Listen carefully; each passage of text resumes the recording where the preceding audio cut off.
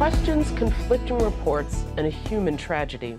Discrepancies continue to mount over the official death toll Hurricane Maria had on Puerto Rico. New data shows that early estimates were grossly underestimated. Now, originally it was reported that only 64 people had died as a result of the storm. But since then, that number has grown enormously. According to the latest reports, at least 1,400 people died in the months following the hurricane. Now the question is this: how does Puerto Rico not just fix the damage done by Maria, but how can it rebuild so that when the next storm hits, the island remains resilient and the rebuilding process equitable? And here with the answer to that question is Luis Miranda, the proud father of Hamilton playwright Lin-Manuel Miranda. Luis is also the founder of the Hispanic Federation. And also joining us is Xavier de Sousa Briggs, the Vice President of Inclusive Economies and Markets Program for the Ford Foundation. The Ford Foundation also supports our Chasing the Dream initiative on poverty and opportunity in America. Gentlemen, welcome to you both. Great to be here, Jenna. Thank you. So glad to have you on the show. So first, I want to talk something positive. Tell me about the resiliency of the people of Puerto Rico. I'll start, by saying someone who can withstand 9 months without power, which is what at least 25,000 families are living in Puerto Rico right now. My brother and sister didn't have electricity for 7 months. And you sort of get used to the new normal, which was to do everything without electricity. So if something we have seen, it's people just adapting and trying to change the horrific circumstances after Maria. Luis is right. I mean, people have been extremely resilient, extremely resourceful, making do. It takes one form in the big cities, and a different form, I'd say, in the smaller towns, in the rural communities, some of them quite isolated in the mountains. They've also been tremendously patient. Puerto Ricans have endured so much, given all the systems that failed and how inadequate, especially the government response, has been. Where is the island in terms of its readiness? Because if people are still having so much need and those needs aren't necessarily being met, and yet we have another hurricane season coming, I mean, I'm thinking it doesn't need to be a Category 5. It doesn't need to be a direct hit to cause a lot of damage if the island's already been so damaged. No doubt about it. It doesn't have to be a Category 5. There has been, for private institutions, larger nonprofits, they have begun to think about rebuilding in an intelligent way. Where do we need solar power? Where do we need the generator? But overall, that is not the reality for Puerto Rico. I believe that most of it have been put together with saliva and chewing gum. So certainly, whatever is put together with saliva and chewing gum, it's going to disappear with a storm, never mind a hurricane.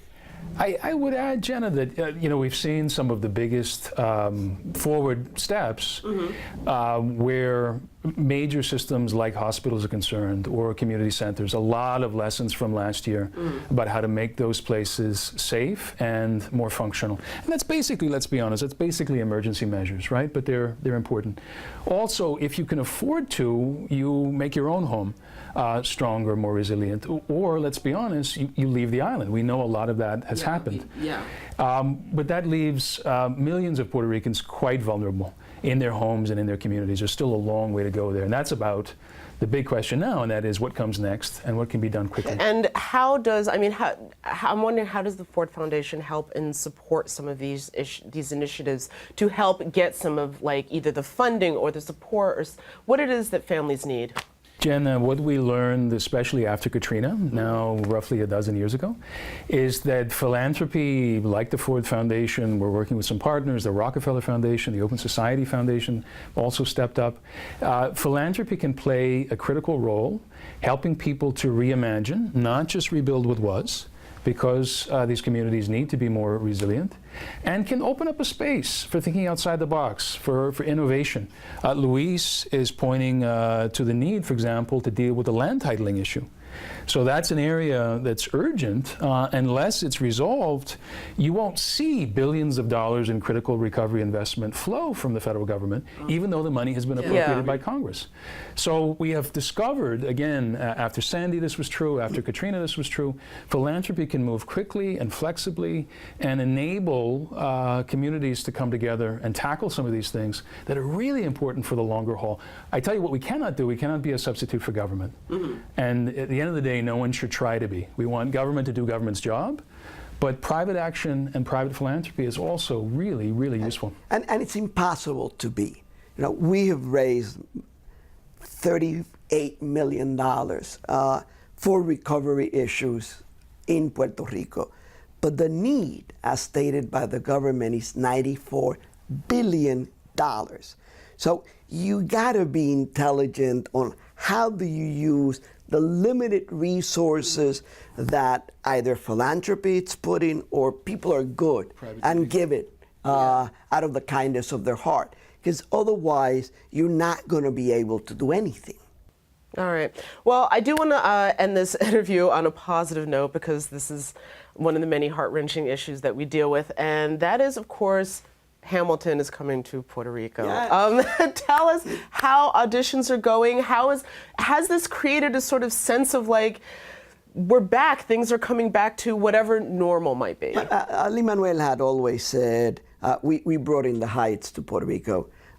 So Lin-Manuel had always said that he will bring Hamilton.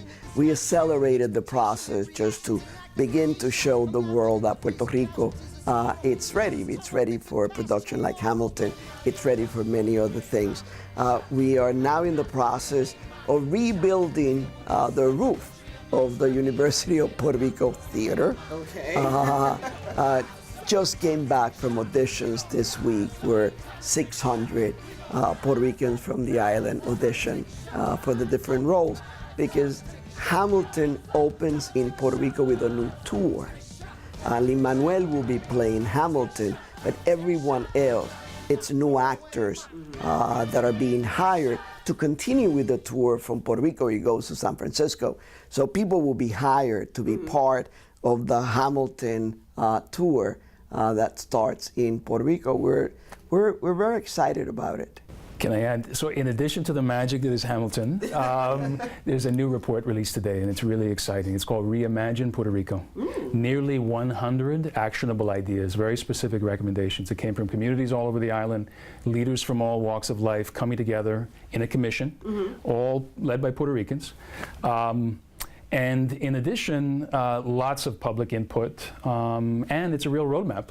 Now, is there a place where people can find this, where if, like, say, viewers who are watching the show are saying, you know, I really want to do something, but I'm not sure what to do, giving to, you know, the typical organizations that I do just doesn't feel like enough? Well, on one hand, Reimagine Puerto Rico is there. It's available for the public in English and in Spanish, so it's there online.